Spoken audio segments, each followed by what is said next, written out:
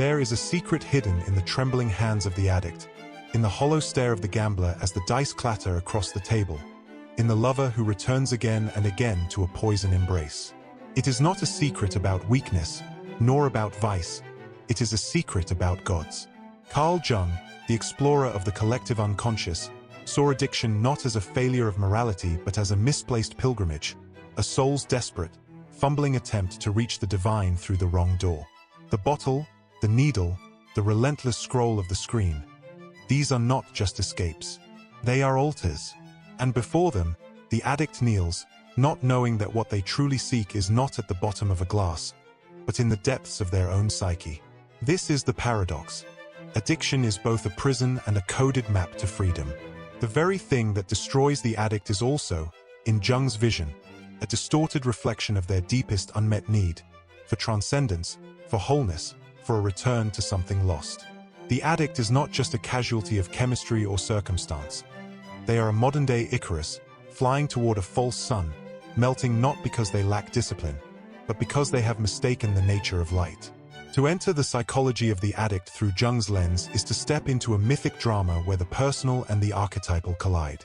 The craving that feels like a personal curse is, in truth, a fragment of an ancient story, the hero's descent, the orphan's search for home, the exile's longing for return. The addict does not know it, but their suffering is a kind of initiation. And like all initiations, it demands a passage through darkness before any dawn can break. This is not a story of condemnation. It is an invitation to see addiction not as a pathology to be eradicated, but as a symptom of a soul in revolt. The addict's body may be enslaved, but their psyche is in rebellion, screaming through the only language it has left. Compulsion, collapse, the cyclical dance of self-destruction that is also, secretly, a twisted form of self-discovery. What if addiction is not the problem, but the psyche's brutal attempt at a solution? What if the real task is not to eliminate the craving, but to decipher its message? To grasp the psychology of the addict through Jung's eyes is to wade into the shadowy waters where personal suffering merges with universal patterns. Addiction is not merely a breakdown of willpower, it is a living myth, a drama playing out on the stage of the individual psyche, yet scripted by archetypes as old as human consciousness itself. The core themes that emerge are not clinical categories but living forces. The shadow, the anima animus, the wounded healer, and the eternal return of the repressed. These are not abstract ideas but pulsating realities in the addict's inner world, shaping their compulsions like invisible hands guiding a marionette. At the heart of Jung's understanding lies the shadow, the exiled self, the bundle of desires, shames, and unlived potentials that the conscious mind refuses to acknowledge. The addict's relationship with their substance or behavior is often a grotesque pantomime of their relationship with their own shadow. The very thing they fear and crave mirrors what they have buried within themselves. The alcoholic does not just drink to forget. They drink because the bottle becomes a perverse confessional, a way to briefly reunite with the vitality they've disowned. The rage, the sensuality, the creative fire they've suppressed all surge back in the intoxication, only to be buried again in the hangover of shame. This is why abstinence alone so often fails. It addresses the symptom but not the exiled self demanding recognition. Then there is the anima or animus, Jung's terms for the inner feminine and masculine energies that dwell within every psyche, regardless of gender. For many addicts, their substance becomes a twisted substitute for this inner relationship. The heroin addict cradling the needle often mimics the lover's embrace they cannot allow themselves in waking life.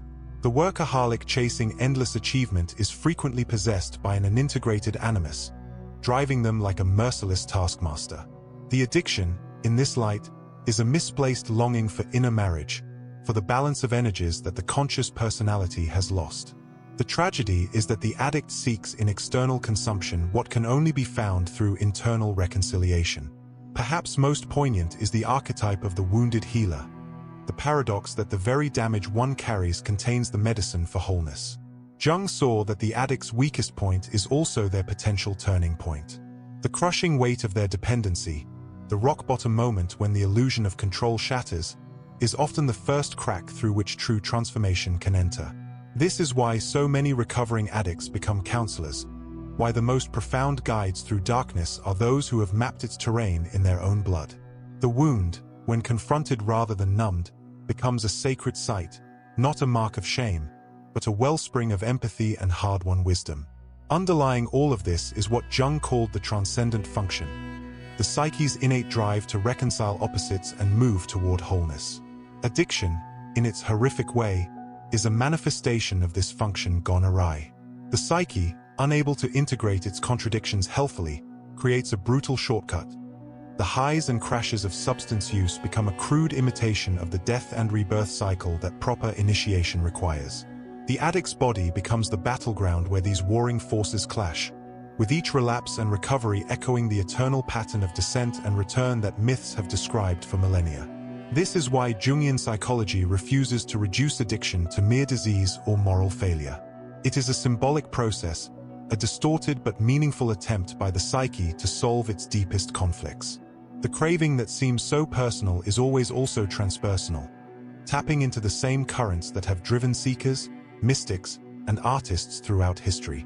The difference is one of direction. Where the mystic turns inward to face the abyss, the addict falls into it.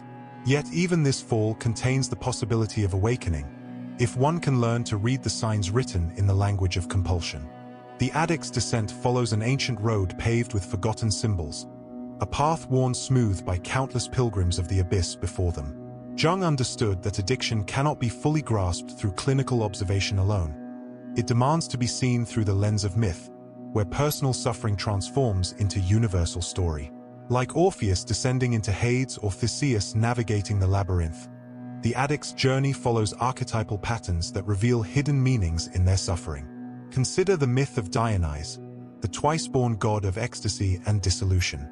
Here we find the perfect mirror for the addict's paradox, the divine intoxication that both destroys and liberates. Dionysus was torn apart by titans only to be reborn, just as the addict must face their own disintegration before healing can begin. The gods' followers sought transcendence through wine and dance, walking the razor's edge between mystical union and self-annihilation.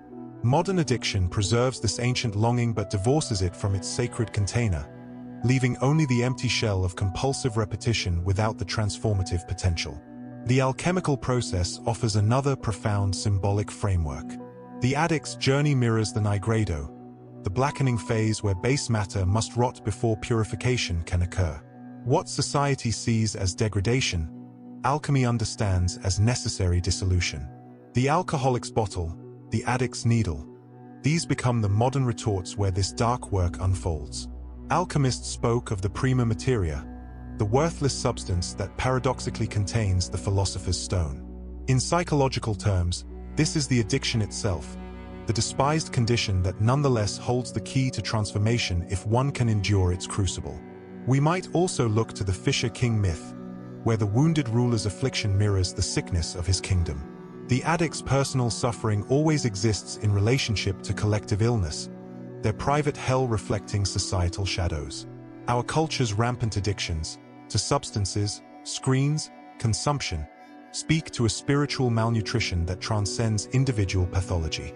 The Grail question, whom does the Grail serve, becomes for the addict, what deeper hunger does this compulsion serve? The healing comes not from removing the symptom but from asking the right question with sincere humility. The symbolism of the Ouroboros, the serpent eating its own tail, perfectly captures addiction's cyclical nature. This ancient image represents both the closed loop of compulsion and the potential for alchemical transformation. The addict trapped in their cycle is enacting this symbol unconsciously, caught in the wheel of suffering. Yet the Ouroboros also symbolizes the work of individuation, the process of digesting and integrating one's shadow. The difference lies in consciousness. Will the serpent remain a trap, or become a symbol of rebirth? Perhaps most illuminating is the shamanic narrative of initiation, where the future healer first undergoes a devastating breakdown. The addict's crisis, seen through this lens, takes on new meaning. Their fall becomes a kind of calling, though written in the painful language of compulsion. Traditional societies recognize the potential wisdom in madness. Our modern world only pathologizes it. The addict as failed shaman is a haunting image, one who touches the numinous but cannot bring back its gifts, becoming lost in the underworld instead of returning as guide. These mythic narratives reveal addiction as a modern manifestation of ancient initiation patterns gone awry. The symbols tell us that what appears as destruction may secretly be the psyche's clumsy attempt at healing, that the compulsion contains within it the blueprint for its own transcendence. The addict's great tragedy is not that they walk this archetypal path, but that they walk it unconsciously, mistaking the symbols for literal substances, the initiatory ordeal for meaningless suffering.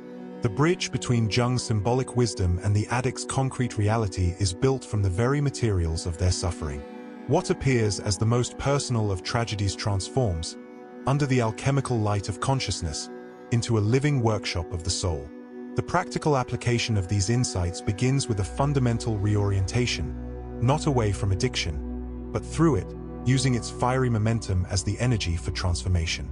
This is not transcendence through avoidance, but transfiguration through engagement, where each craving becomes a potential doorway rather than a prison cell.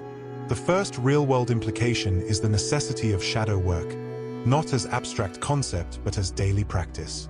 Where traditional recovery programs focus on resisting temptation, the Jungian approach adds the crucial dimension of dialoguing with it. When craving arises, instead of merely white-knuckling through it or distracting oneself, the addict learns to ask, what part of myself is calling for attention through this desire? The answer often comes in unexpected forms: a forgotten childhood wound, a disowned creative impulse, a buried rage that the substance had temporarily expressed.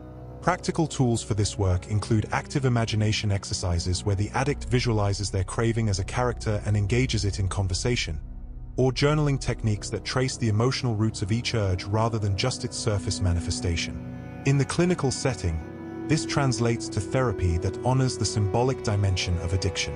The therapist becomes less a mechanic fixing broken cognitive wiring and more a midwife assisting in the rebirth of the whole person. Dreams take on central importance, as they often reveal the unconscious compensations to the addict's conscious struggles.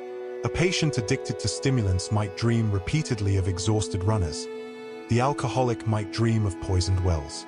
These images become living texts to be decoded collaboratively, revealing the psyche's own wisdom about the imbalance that the addiction attempts, however crudely, to address. On the societal level, the Jungian perspective demands we reconsider our cultural containers for addiction. 12-step programs already intuitively grasp many of these principles. The higher power concept mirrors Jung's self-archetype, the moral inventory parallels shadow work. But deeper integration could involve more explicit use of mythic frameworks in recovery narratives, helping addicts situate their personal stories within larger archetypal patterns. Treatment centers might incorporate creative arts and active imagination techniques alongside traditional counseling, recognizing that the psyche speaks in symbols before it speaks in rational insights. For the addict in daily life, this approach transforms relapse from mere failure into valuable data. Each recurrence of the compulsion becomes a clue about what psychological material still demands integration. The practical method is simple though not easy. When the urge to use arises, pause and ask what emotion or emptiness precedes it. Then experiment with addressing that underlying state through non-destructive means. The man who drinks to access his suppressed vitality might try martial arts. The woman who binges to numb anxiety might explore meditation or painting. The key is recognizing that the addictive behavior was an attempt, however misguided, at self-regulation, and finding healthier ways to achieve the same psychological ends. Perhaps most radically, this perspective suggests that recovery is not about returning to some pre-addictive normalcy, but about evolving beyond it. The addict who has touched the abyss carries wisdom that the normal world often lacks, a visceral understanding of the shadow, a hard-won humility, a capacity to sit with discomfort that the average person avoids through more socially acceptable but equally numbing habits. In this light, the recovered addict becomes a cultural resource rather than a rehabilitated sinner, their journey a lived initiation that our collective psyche desperately needs to remember. The ultimate practical implication is this: addiction treatment succeeds when it helps the addict decode rather than deny their cravings, when it provides tools for alchemizing rather than annihilating their shadows. The real measure of recovery becomes not just abstinence, but increased capacity to hold life's contradictions, to tolerate emptiness without rushing to fill it, to bear insight without retreating into numbness, to carry one's darkness as sacred weight rather than shameful burden. This is how personal healing becomes cultural medicine, how the addict's private hell transforms into collective wisdom.